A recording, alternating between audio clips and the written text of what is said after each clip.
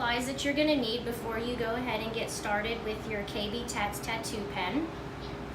Clippers to shave the tail or ears, petroleum jelly, rubbing alcohol, your tattoo ink, a tattoo marker, your tip for your tattoo pen and needle, and your actual tattoo pen. I use Num 100. It's a numbing agent, and I just use a throwaway cup to disinfect these things when you are finished. Got a gauze soaked in some alcohol, and you're just going to wash the skin so that way it's clean and disinfected.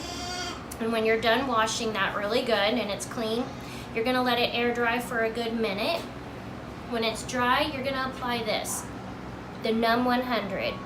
They make other brands, but I find that this one here works the best and it penetrates really nice. So you'll just rub that on, let it sit for 10 to 15 minutes, and then we'll get started.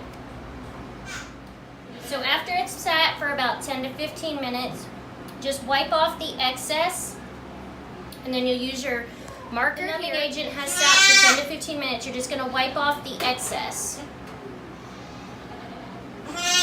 You'll use your tattoo marker,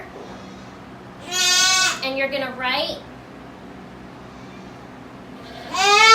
your tattoo letters.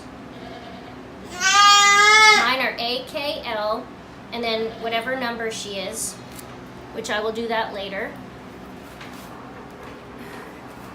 I do apply a thin layer of petroleum jelly over the tattoo, or where it's going to go, and it just prevents the ink from running.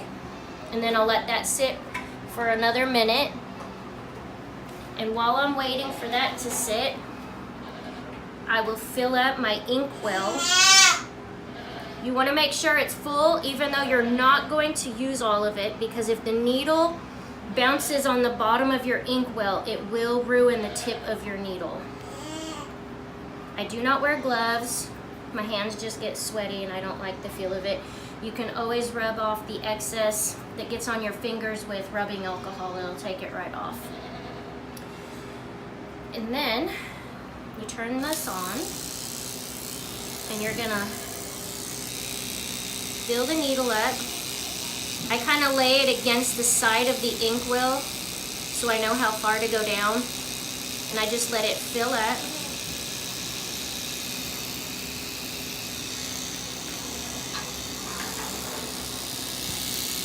You're going to do short and light strokes.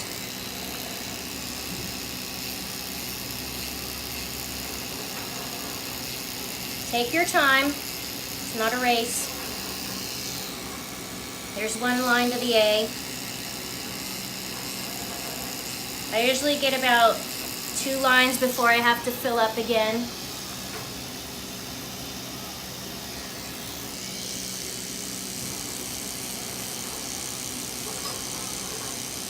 They know something's going on, but it really don't hurt them.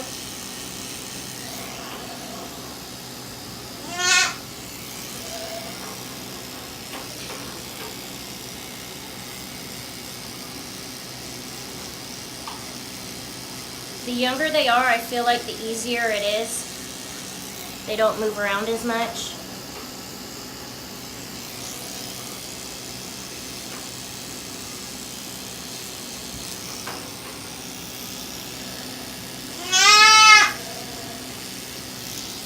I will stop periodically and wipe what I have done just to see how dark I need to do it. So as you can see, you can tell I've gone over it.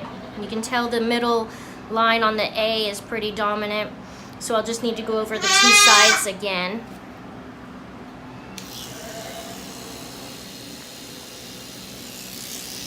And I go light also because if you go hard, it'll scab over, and you don't want it to scab over.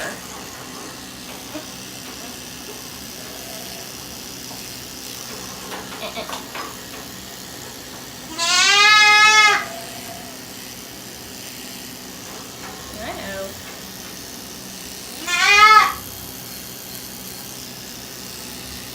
Also, if you mess up and you go light, it's not as noticeable as if you did go dark. So now you can see the A. It's pretty dark. I'll probably just touch it up here on the tip, and I'll show you the end result here in a second. I just wipe off all the excess. There's the finished product, AKL L4. That's her tattoo. When you're done, you will take off the tip, which just unscrews. I put everything in here, including the ink well.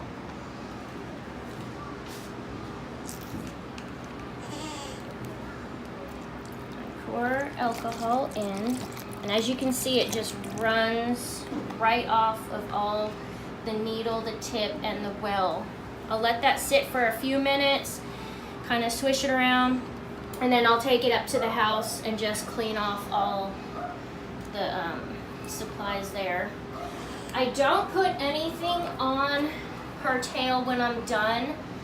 I feel like Vetricin or anything like that, it's just going to try to heal the tattoo, and I want it to sit there and stay dark.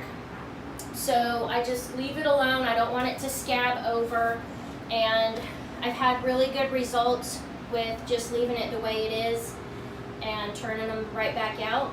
I'm going to show you a short video of one I did 2 weeks ago. I did 2 weeks ago, and as you can see, it's healing really nicely. It's very clear and eligible, and that's AKL-L2.